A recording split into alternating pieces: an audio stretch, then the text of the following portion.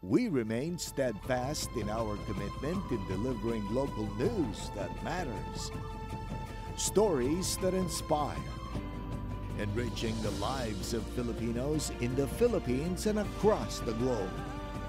This is your GMA Regional TV. Buong puso para sa Pilipino.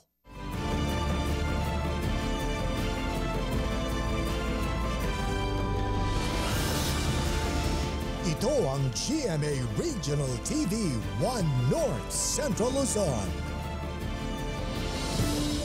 Masantos yang aram na imbag gamale maya pagat panapon kapuso. Narito na ang One North Central Luzon. Hatid namin ang mga pinakamalalaki at pinakahuling balita sa Hilaga at Gitnang Luzon. Live mula rito sa GMA Dagupan Station, ako po si Chris Zuniga. Kinumpiska ng otoridad ang abot sa 40 depektibong timbangan sa ilang pamilihan sa Dagupan City. Yan ang balitang tinutukan live ni Russell Simorio. Russell? Chris, may ilang mamimili na diskumpiyado raw sa kailang mga binili sa ilang pamilihan dito sa Dagupan City, kaya ang Market Division muling nagkasa ng operasyon laban sa mga depektibong timbangan. Kasama ng mga tauhan ng Market Division ng Department of Science and Technology nang magsagawa ng operasyon kontra depektibong timbangan sa Magsaysay at Malimgas Public Market sa Dagupan City. Aabot sa 40 depektibong timbangan ang kinumpiska. Karamihan sa mga ito, luma na. Nilinaw ng Market Division na hindi na ibabalik sa mga tindera ang mga kinumpiskang timbangan. Na-discover nila na merong mga instances na nalulugi yung bumibili. Meron din yung instances na nalulugi yung nagtitinda. Pero both, basta mali yung calibration niya, may problema, kinonfiscate nila. Wala, lugi. Kawawa kang. Kapag walang ang timbang, kawawa kang buhay-biling. Nilagyan ng sticker ang mga timbangan ng ibang tindera. Patunay na dumaan ito sa calibration. Aabot sa 200 na depektibong timbangan ang nasa bodega na ng Malimgas Public Market. Ang ilan sa mga ito nakumpiska noong pang 2022. Hinihintay ng Market Division ang direktiba ng LGU para sa disposisyon ng mga nakumpiskang depektibong timbangan. Didispose ng tama, sa tamang paraan. Bakit? Para hindi na magamit ulit. Chris, nag-install din ang Market Division ng mga bagong timbangan ng bayan na magagamit ng mga mamimili para masigurong nasa tamang timbang ang kanilang mga binili. Isa ang bagong timbangan ng bayan na naka-install sa Malimgas Public Market, habang 2 bagong timbangan ng bayan ang naka-install naman dito sa Magsaysay Fish Market. Babala ng Market Division sa mga tindera na bukod sa confiscation ng mga depektibong timbangan, maaari din silang magmulta at matanggalan ng permit kung paulit-ulit na lang ang kanilang mga paglabag. Yan muna ang latest mula rito sa Magsaysay Fish Market. Balik sa'yo, Chris. Maraming salamat, Russell Simorio. Arestado naman ang dating pulis matapos na mahulihan ng mahigit sa 1 milyong pisong halaga ng marijuana sa Isabela. Tutukan sa report. Naaresto ang dating pulis matapos mahulihan ng bloke-blokeng marijuana sa barangay Samonte, Quezon, Isabela. Ayon sa pulisya, isang concerned citizen ang lumapit sa PNP na nag-iikot sa lugar kaugnay sa isang individual na may kahina-hinalang dala. 10 bloke ng marijuana ang laman ng bag ng sospek na nooy nag-aantay ng sasakyan sa lugar. Aabot sa mahigit 1 milyong piso ang halaga ng nakumpiskang iligal na droga. Samantala, sa bayan ng Paracelis Mountain Province, arestado rin ang isang magsasaka matapos mahulihan ng shabu at baril sa search warrant operations ng otoridad. Nasa 170,000 pesos ang halaga ng iligal na droga. Kabilang umano sa listahan ng mga drug personality ng PIDEA ang sospek. Posible rin daw na galing sa ibang rehiyon o lugar ang iligal na droga na ibinabagsak sa bayan at maging karatig probinsya. Sa ngayon ay ongoing yung investigation kung ano pa ang mga ibang gawaing iligal. 2 kaso ang kanyang kakaharapin, yung RA 9165 at saka RA 10591. Joan Punsoy, One North Central Luzon. Tinupok ng apoy ang isang bahay sa barangay Ginawang Mangkayan, Benguet. Ayon sa BFP, naiwang nakasaksak na water heater ang dahilan ng sunog. Nakalimutan daw tanggalin sa saksakan ang water heater ng 2 estudyante na nakatira sa lugar dahil nagmamadali na pumasok sa eskwela. Wala namang nadamay o nasugatan sa insidente. Nagsagawa raw ng bucket relay ang mga residente para maapula ang apoy. Nung naubos yung tubig sa pail, nagkasunog na. Sa Mangkaen po, malamig po. Nagsimula na ulit ang pagtatanim ng palay sa Mangaldan, Pangasinan. Sundan sa report ni Jasmine Gabriel Galban. Nagsimula na ang pagtatanim ng palay para sa second cropping season sa Mangaldan, Pangasinan.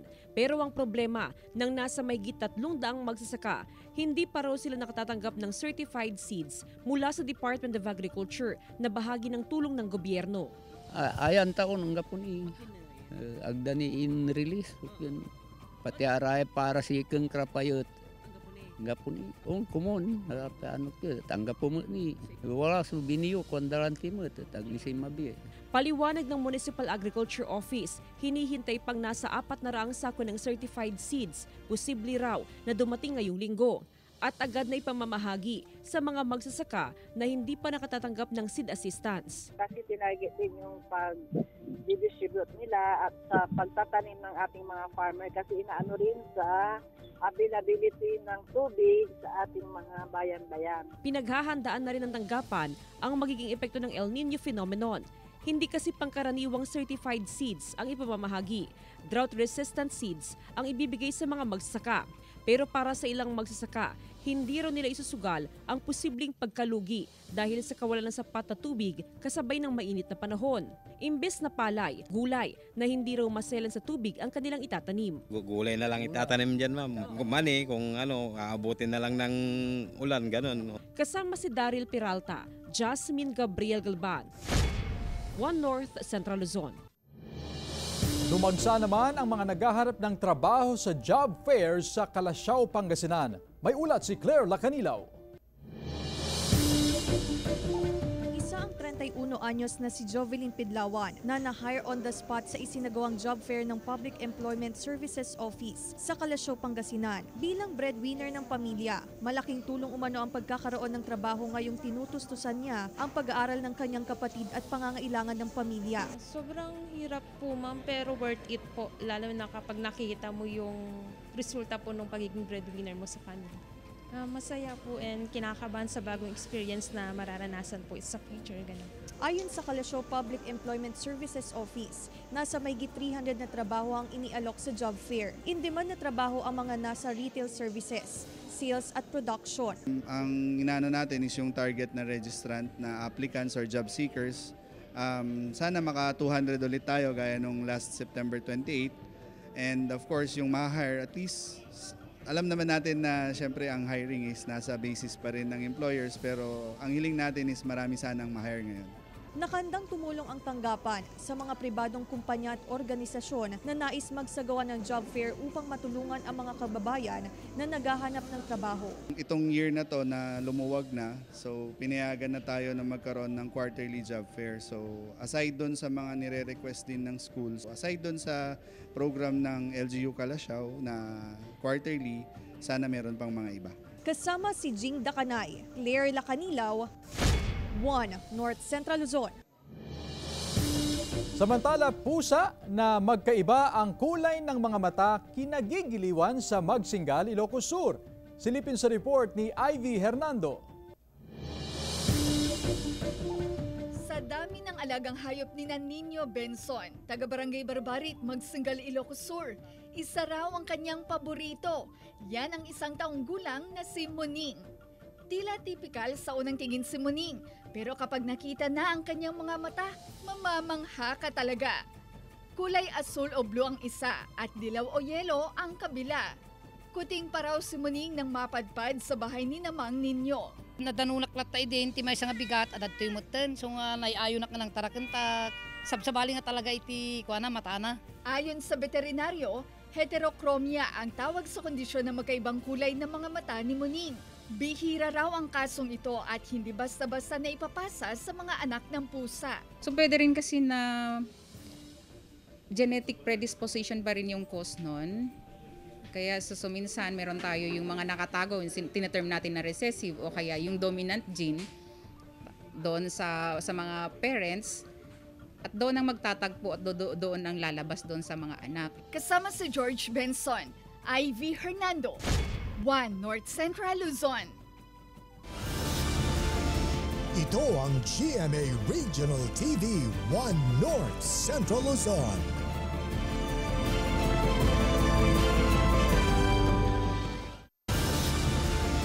Ito ang GMA Regional TV 1 North Central Luzon. 13th month pay para sa mga manggagawa dapat maibigay ng mga employer bago mag-December 24 ayon sa DOLE. Narito ang report. Nasa 14,000 pesos hanggang 15,000 pesos ang buwan ng sahod ng security guard na si Mang Roger mula sa Dagupan City. Umaasa siyang ganito rin na halaga ang matatanggap niyang 13-month pay. Meri raw ang selebrasyon ng Pasko, lalo na kung may budget sa mga handaan. Ang ilang bahagi ng 13th month pay ilalaan sa emergency fund ng pamilya. Pagka Pasko, siyempre bibili ka rin ng nitsubina, ganun. Saka pero hindi mo naman uubusin yun kasi para sa pamilya. Inaabangan na rin ng gasoline attendant na si Richard ang kanyang 13-month pay. Bibigay regalo sa mga sir, sa mga pamangkin po, mga inanak po, at pambili ng mga pagkain din sir. Nakipagpulong ang Department of Labor and Employment sa mga business employer para ipaalala na ibigay ng mas maaga ang 13-month pay ng mga empleyado. Sa ilalim ng batas, hanggang December 24 maaaring maibigay ang 13-month pay ng mga manggagawa na mahigit isang buwan na sa serbisyo. Ang coverage ng ating 13th-month pay is that lahat ng mga rank and file employees in the private sector, regardless of their position, designation, or employment status, kailangan na mabayaran po siya ng kanyang 13th-month pay. Nilinaw ng DOLE na kasama sa mabibigyan ng 13-month pay ang mga kasambahay. Maaring ireklamo sa DOLE ang mga employer na hindi magbibigay ng 13-month pay. Kasama si Ron Alistair Tañedo, Russell Simorio, One North Central Luzon. 100% nang naibigay ang honorarya ng mga nagsilbing miyembro ng Electoral Board sa nakalipas sa BSKE 2023 sa Ilocos Sur. 10,000 pesos ang honorarya para sa mga chairperson habang 9,000 pesos naman sa mga board members. Nakasali na sa kanilang bayad ang travel, meal at communication allowance. 15% ang income tax deduction. 4,941 ang nagsilbing Electoral Board sa lalawigan. Ang pagbabayad ng honorarya ng mga Electoral Board ay kailangan umanong maibigay sa loob ng 15 araw pagkatapos ng eleksyon. So nakapirma na yung ating mga EBs, ibig sabihin yan 100% na rin yung ating payment. Nababahala ang mga negosyante at mamimili sa mga insidente ng pananalisi at pandurukot sa satellite market ng Kalasyaw, Pangasinan. Ang detalye sa report. Hindi maiwasan ng 77 anyos na si Aurora de la Peña na maiyak. 3 beses na umano siyang nabiktima ng pananalisi at pandurukot sa satellite market sa Kalasyaw, Pangasinan. Aabot na sa humigit kumulang 10,000 ang nakuha sa kanya sa magkakahiwalay na insidente. Inipit ka, meron dito sa likod mo. Hindi mo alam, yung pala magnanakaw sila. Ito kasi hirap pinagpaguran mo yung pera tapos nanakawin nila. Maging ang ilang negosyante, nasalisihan na rin daw ng pera at cellphone. Madalas umanong nabibiktima ang matatanda. Nangyari sa akin yun. 5,000, binayad sa akin 1,000, tapos bumalik sila sa akin. Ma'am, sobra yung binigyan mo, yung pala nabudol ako ng 5,000. Nagulat na lang kami, nang hinahanap na niya na yung cellphone niya, hindi niya na makita. Doon siya talaga. Actually, dito hindi lang naman ako yung parang nangyari. Even yung mga matatanda mostly ang nabibiktima dito. Dahil sa pagdami ng insidente ng nakawan sa satellite market, pinaigting ng otoridad ang pag-iikot sa lugar. Hinikayat ng PNP ang publiko na agad na i-report sakaling mabiktima ng kawatan sa lugar. Nag-deploy po kami ng mga PNP personnel para ma-monitor po yung mga lugar po na maraming tao, especially sa mga market. Kasama si Jing Dakanay, Claire Lacanilaw, 1 North Central Luzon. Lalaki dinala sa ospital matapos daw na ibalibag ng bouncer na namagitan sa rambulan ng mga kabataan sa Baguio City. Narito ang report. Viral sa social media ang video ng rambulan ng mga kabataan matapos magkainitan sa isang inuman sa Baguio City. Nagsusuntukan ang mga kabataan nang biglang makialam ang isang nakatatandang lalaki at makikitang pinigilan niya ang mga nag-aaway. Pero sa isang bahagi ng video, bigla niyang binuhat at ibinalibag ang isang lalaki at tumama ang kanyang ulo sa sidewalk. Dawalan daw ng malay ang biktima na agad dinala sa ospital. Ayon sa kapatid ng biktima, bago ang insidente, nag-inuman daw ang mga kabataan sa isang bar sa lungsod. Ang lalaking nambalibag, bouncer umano ng bar. Video call ko agad yung kapatid ko sir, tapos yung pinakita niya yung mga gagos sir. Inoobserbahan pa raw sa ospital ang 20 anyos na biktima. Plano ng pamilya na magsampa ng kaso laban sa sospek. Patuloy raw ang investigasyon ng pulisya upang matukoy ang sospek. Paalala ng autoridad sa mga kabataan, hinay-hinay lang sa mga gimmick at iwasan ang gulo sa mga inuman. Hindi minor yung biktima, nag-anway ng mga yan. Kaya i-observe natin kung ano po yung mga may-ari ng inuman, ino-observe natin yung tamang oras sa regarding sa pagsunod sa liquor ban na yan. CJ Torida, 1 North Central Luzon. Nagtirik ng kandila, nag-alay ng dasal at nagpahayag ng simpatsya ang mga mamamahayag sa Cagayan sa isang prayer vigil na ginanap sa Rizal Park sa Tuguegarao City. Ito'y bilang pagkondena sa pagpaslang kay DJ Johnny Walker o Jose Humalon sa tunay na buhay sa loob mismo ng isang announcer's booth sa Misamis Occidental. Ayon sa pahayag ng Cagayan Capital Press Corps, lubha silang nalulungkot sa pagkamatay ni Humalon, lalo pa at patuloy ang natatanggap na pagbabanta sa mga kasapi ng media. Nanawagan sila sa agarang aksyon ng pamahalaan at makasuhan ang mga sangkot sa pagpatay, kasama na ang mastermind. Itinaas din ang isang tarpaulin na nagpapahayag ng simpatsya para sa pamilya ni Humalon. Nakasulat din ang mga katagang Stop Media Killings. Samantala, mga estudyante sa isang paaralan sa Batac City nagtagisan sa sports. Sundan sa report. Nagtagisan sa sports ang mga estudyante mula sa iba't ibang departamento ng Mariano Marcos State University sa Batac City, Ilocos Norte. Magpapasiklaban ang mga atleta sa mahigit 20 sporting events sa 5 araw na University Games, kabilang ang sepak takraw, basketball, volleyball at softball. Imbes naman na bola ang hawak ng ibang player, kinagiliwan ng mga kalahok ang mobile games, kung saan naglaban-laban ang mga kalahok gamit ang cellphone. Ang mga papalarin sa laro at kompetisyon ang sasabak sa State Colleges and Universities Athletic Association Games sa rehiyon. Wala nang hihigit pa sa pagmamahal ng sariling kaanak. Ito ang hugot sa buhay ng kaanak ni Lola Maria Eugenio, isang centenarian sa Lawag City, Ilocos Norte. Ito raw ang nagpapalakas kay Lola Maria para marating ang edad na 100. Byuda man si Lola, pero ramdam pa ang kumpletong pagmamahal na binuo ng yumaong asawa. Puno ng pangaral ang mga anak ni Lola Maria, mga gintong asal na kailanman ay hindi makakalimutan. Dinadagsa ang food bazaar sa Abukay, Bataan, instant sentro ng pasyalan ng food bazaar na ipinuwesto sa arcade ng munisipyo ng bayan. Patok ang iba't ibang pagkain at mga lokal na produkto ng mga Abukenyo. Ang food bazaar ay nagsimula noong November 1 at magtatagal ito hanggang January 15 sa susunod na taon. Gab De Luna, 1 North Central Luzon.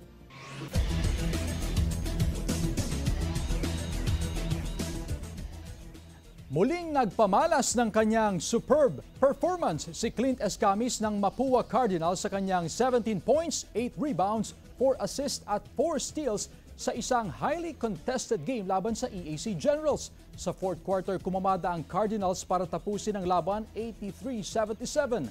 Abangan sa Friday game ng NCAA, Benil Blazers versus LPU Pirates at San Beda Red Lions laban sa Perpetual Altas. 1:30 p.m. live sa GTV. Ito ang GMA Regional TV 1 North Central Luzon.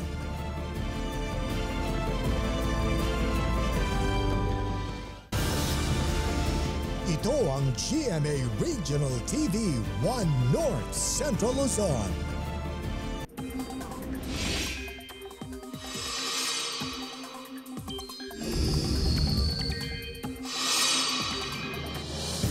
Mga kapuso, nag-dissipate o nawala yung low pressure area na namataan kahapon sa kanluran ng Zamboanga del Norte.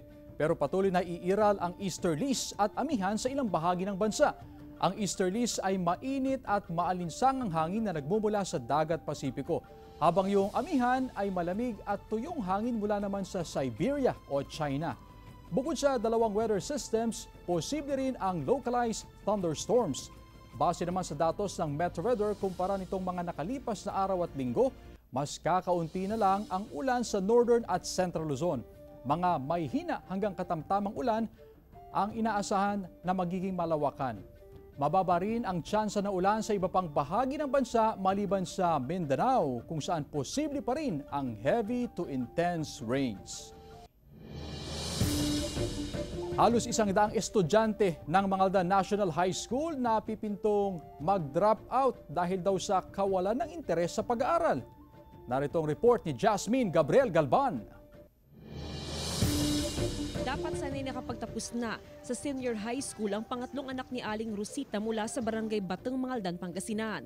Pero kabilang ang anak sa nag-drop out nung nakarang school year. 2 buwan pa lang nang magsimula ang pasukan, nagsimula na raw ang pagliban niya sa klase hanggang sa tuluyang mag-drop out. Ang dahilan, kawalan ng interes sa pag-aaral. Nanginaya lang ako kasi wala rin ako magagawa kahit sabihin ko sa kanila na mag-aral sila. Kung hindi nila kaya, kaya hinayaan ko muna. Ang ganitong mga problema ang nais na masolusyonan ng pamunuan ng Mangaldan National High School katatapos pa lang ng unang quarter sa school year 2023-2024. Pero nasa halos 100 estudyante na, katumbas ng 2 sa kada section ang napipintong mag-drop out, kabilang sa nakikitang dahilan ng kahirapan, kawalan ng interes sa pag-aaral at ang nangyayaring bullying sa loob ng paaralan. Nagkakaroon po ng yung home visitation para sa ganon makausap ng mga guro yung kanilang mga magulang na hikayatin na makabalik itong mga estudyante po natin. Puspusan ng monitoring ng pamunuan ng MNHS sa mga estudyanteng napipintong bumagsak. We are very confident na yung posible na bilang na yan ay hindi siya magtutuloy na magiging dropouts po natin for this school year. Sa kabuuan, nasa mahigit 8,000 ang bilang ng mga estudyante sa Mangaldan National High School. Kasama si Daryl Peralta, Jasmine Gabriel Galban, 1 North Central Luzon. Iniinda naman ng ilang negosyante ang matumal na bentahan ng tinapa sa bayan ng Calasiao, Pangasinan. Kaya ang ilang negosyante raw nililimitahan ang pagbili sa pagawaan upang madaling makabenta. Pero maging ang ilang pagawaan, binabawasan naman ang kanilang produksyon dahil sa mahinang kalakalan. Bagamat mataas ang presyo ng isda ngayon, wala pa ring paggalaw sa presyo ng tinapa. Walang isda sa kamay ng bintahan. Pag minsan konti lang, pero pag maraming order, marami kaming ginagawa. Seguridad para sa Bakbakara Festival 2023 sa Ilocos Norte, pinaghahandaan na ng PNP. Silipin sa report. Pinaghahandaan na ang seguridad at traffic rerouting sa nalalapit na Bakbakara Festival sa Bacara, Ilocos Norte.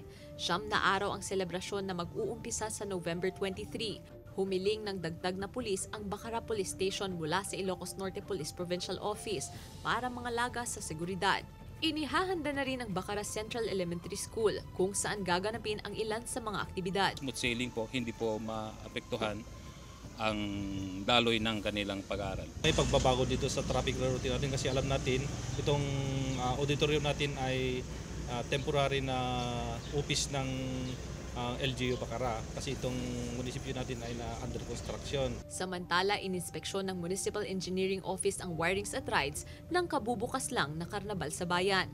Nag-conduct sila joint yung inspection with that area. Mahigpit na ipinagbabawal ang alak sa loob ng karnabal. Bawal ding sumakay sa rides ang 10 years old pababa, mga may sakit sa puso at nagdadalang tao. Kasama si Reynold Velasco, Gab De Luna, 1 North Central Luzon. Samantala, katangian ng mga Pinoy, unti-unti na nga bang nakakalimutan ng mga kabataan? Tunghayan sa GMA Regional TV Presents, hatid ni Ivy Hernando. Sa ilalim ng Presidential Proclamation No. 479 na nilagdaan taong 1994, idineklara ang Nobyembre bilang Filipino Values Month bilang bahagi ng moral recovery program ng gobyerno na layong maisabuhay ng mga Pilipino ang magandang asal. Para ma-inculcate sa mga bata or para mabuhay yung mga dating kultura ng mga Pilipino, ma'am. Sa klase ni Teacher Elizabeth, itinuturo ang ilang kultura ng mga Pilipino, gaya ng pakikipagkapwa-tao, paggalang sa kapwa-tao at paggagamit ng po at opo, pagmamano sa nakatatanda. Ngunit sa higit isang dekada niyang pagtuturo, nakalulungkot mang isipin, tila nawawala na raw ang magagandang asal at kultura sa ilang kabataang Pinoy. Based on my experience, ma'am, yung mga iba't ibang Filipino values nawawala na. Siguro, isa sa mga factor nun ay dahil sa social media, number 1 yun. Kamakailan naging usapin sa sektor ng edukasyon ang kahalagahan ng pagtuturo ng values o tamang asal. Nagkaroon ng ESP o edukasyon sa pagpapakatao na ni-integrate sa lahat ng subject upang matalakay ang Filipino values. Ngunit sa bagong K-10 curriculum, ang matatag curriculum, muling ibinalik ang asignaturang Good Manners and Right Conduct o GMRC. Kaakibat na raw sa paghubog ng magandang karakter ng tao ang responsibilidad ng komunidad. Kasama si George Benson, Ivy Hernando, 1 North Central Luzon. Mga kapuso, 46 days na lang po, Pasko na. Samantala, mapapanood niyo po ang episode na ito at iba pang pinakahuling lokal na balita sa official website ng GMA Regional TV, www.gmaregionaltv.com. Pwede rin kayo bumisita sa aming official YouTube channel, GMA Regional TV, at i-click ang subscribe button para sa pinakamainit na balita mula sa mga rehiyon. Nais naming pasalamatan ang mga kapuso sa Hilaga at Gitnang Luzon, maging ang mga kapuso natin abroad dahil sa GMA Regional TV, Local News Matters.